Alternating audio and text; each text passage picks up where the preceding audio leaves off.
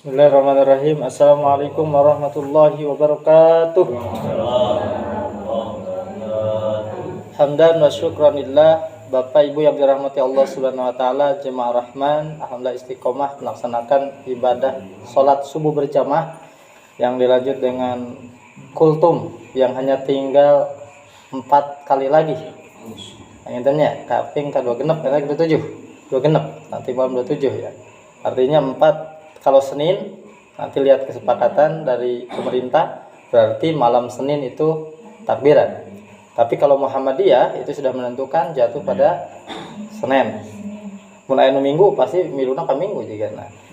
Tapi jigana akan diarahkan ataupun mudah-mudahan pemerintah pun sama atau dalam kategori Nahdlatul Ulama sama Muhammadiyah persatuan sehingga kita bisa melaksanakan lebaran bersama-sama. Kultum kali ini kita akan membahas tentang kalau malam tarawih kemarin tentang sederhana dan tawadu, maka hari ini kita akan membahas tentang tidak boros. Ini lawannya sebetulnya ya.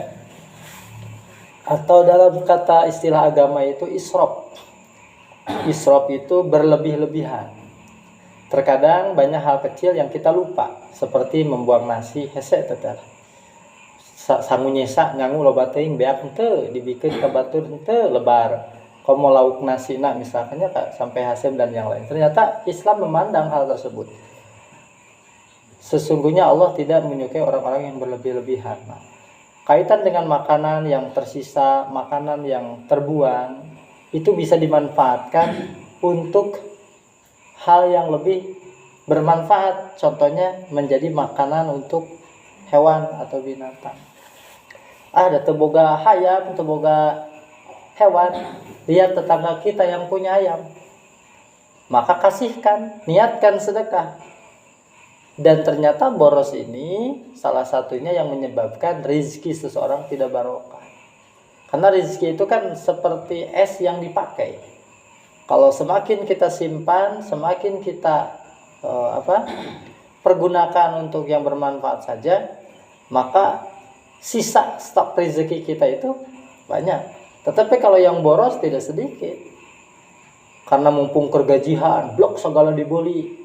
Saminggu kan orang teh gagah. 3 minggu kehareup bingung ya gawe encan gajihan jauh keneh. Nah, ini salah satu dampak dari orang yang bersifat boros.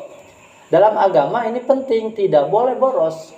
Artinya juga bukan pelit, karena boros dan pelit itu beda sekali.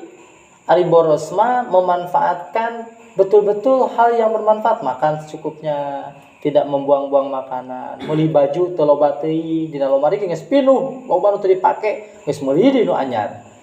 Tapi orang yang betul-betul tahu bahwa itu adalah boros, maka yang lama yang sudah tidak kita pakai, kita kasih ke saudara kita. Kita manfaatkan baju, pakaian dan yang lainnya. Nah, kalau kita punya yang baru, ganti dengan baju yang baru. Yang baju nu lila loba keneh, bari tara dipake. Baju nu anyar bingung make. Sehingga itu adalah salah satu tanda orang yang suka boroskan harta. So, da orang tadi bumi teh acuh teh seurnya, kadang sok diamutan ti kaos, ti kameja, ti sarung, ti baju koko. Kadang aya 1 tahun eta baju cicing dina lomari. Aya ibu gitu aya.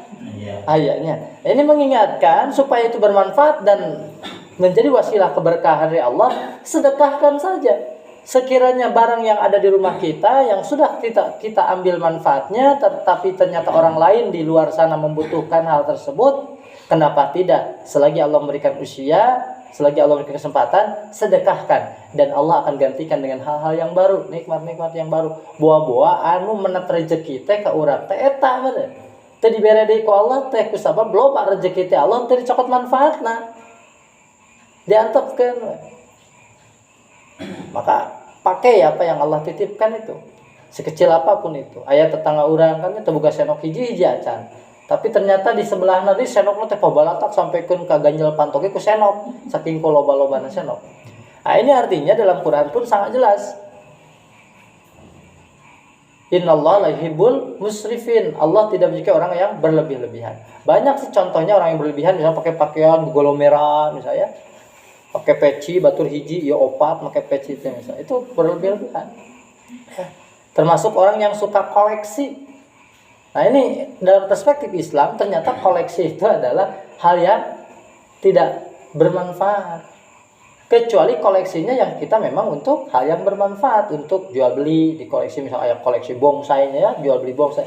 Tetapi ini koleksi yang hanya dipajang saja, hanya apa itu, nikmat ditonton saja gitu ya, dan tidak ada orang lain yang lebih bisa mengambil manfaat.